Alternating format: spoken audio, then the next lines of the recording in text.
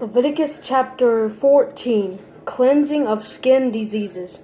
The Lord spoke to Moses. This is the law concerning the person afflicted with the skin disease on the day of his cleansing. He is to be brought up to the priest, who will go outside the camp and examine him. If the skin disease has appeared from the afflicted person, the priest will order that 2 live clean birds, cedar wood, scarlet yarn, and hyssop be brought for the one who is to be cleansed. Then the priest will order that one of the birds be slaughtered over fresh water in a clay pot. He is to take the live bird together with the cedar wood, scarlet yarn, and hyssop, and dip them all into the blood of the bird that was slaughtered over the fresh water. He will then sprinkle the blood 7 times on the one who is to be cleansed from the skin disease. He is to pronounce him clean and release the live bird over the open countryside.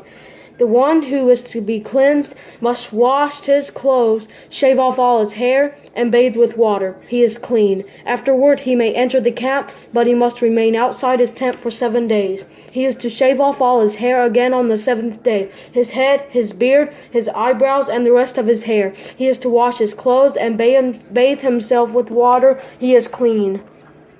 On the 8th day he must take 2 unblemished male lambs, an unblemished year-old ewe lamb, and grain offering of 3 quarts of fine flour mixed with olive oil, and 1/3 of a quart of olive oil. The priest who performs the cleansing will place the person who is to be cleansed together with these offerings before the Lord at the entrance to the tent of meeting. The priest is to take 1 male lamb and present it as a restitution offering along with the 1/3 quart of olive oil, and he must wave them as a presentation offering before the Lord.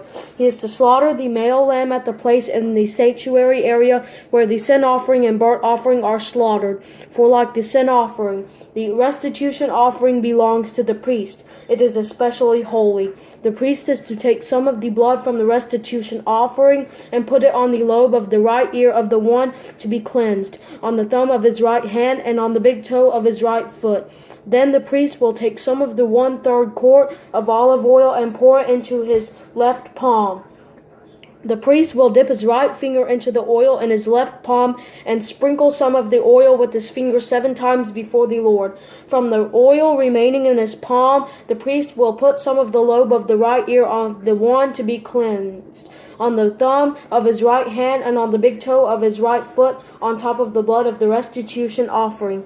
What is left of the oil in the priest's palm he is to put on the head of the one to be cleansed. In this way the priest will make atonement for him before the Lord. The priest must sacrifice the sin offering from his uncleanness after he will be slaughtering the burnt offering. The priest is to offer the burnt offering and the grain offering on the altar. The priest will make atonement for him, and he will be clean. But if he is poor and cannot afford these, he is to take 1 male lamb for a restitution offering to be waved in order to make atonement for him, along with 2 quarts of fine flour mixed with olive oil for a grain offering, 1/3 of a quart of olive oil, and 2 turtle doves or 2 young pigeons, whatever he can afford, one to be a sin offering and the other to be a burnt offering.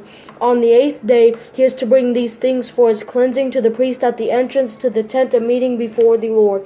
The priest will take the male lamb for the restitution offering and the 1/3 quart of olive oil and wave them as a presentation offering before the Lord. After he slaughters the male lamb for the restitution offering, the priest is to take some of the blood of the restitution offering and put it on the right earlobe of the one to be cleansed, on the thumb of his right hand, and on the big toe of his right foot. Then the priest will pour some of the oil into his left palm. With his right finger, the priest will sprinkle some of the oil in his left palm 7 times before the Lord.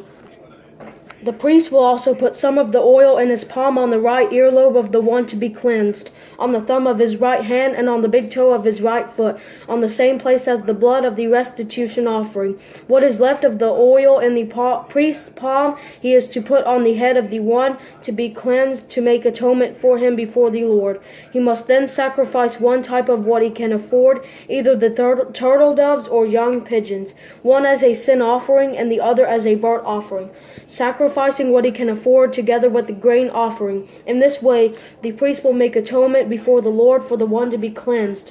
This is the law for someone who has a skin disease and cannot afford the cost of his cleansing. Cleansing of contaminated objects.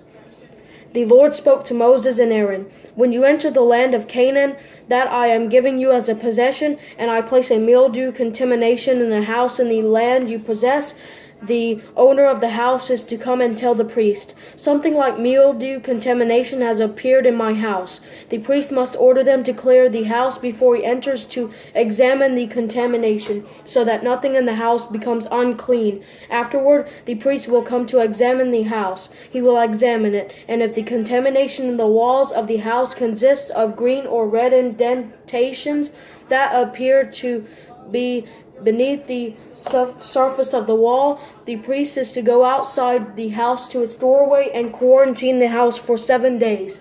The priest is to return on the 7th day and examine it. If the contamination has spread on the walls of the house, the priest must order that the stones with the contamination be pulled out and thrown into an unclean place outside the city. He is to have the inside of the house completely scraped, and the plaster that is scraped off must be dumped into an unclean place outside the city.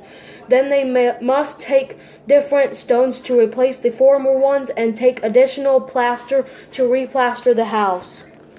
If the contamination reappears in the house after the stones have been pulled out and after the house has been scraped and replastered, the priest must come and examine it. If the contamination has spread in the house, it is harmful mildew. The house is unclean. It must be torn down with its stones, its beams, and all its plaster, and taken outside the city to an unclean place.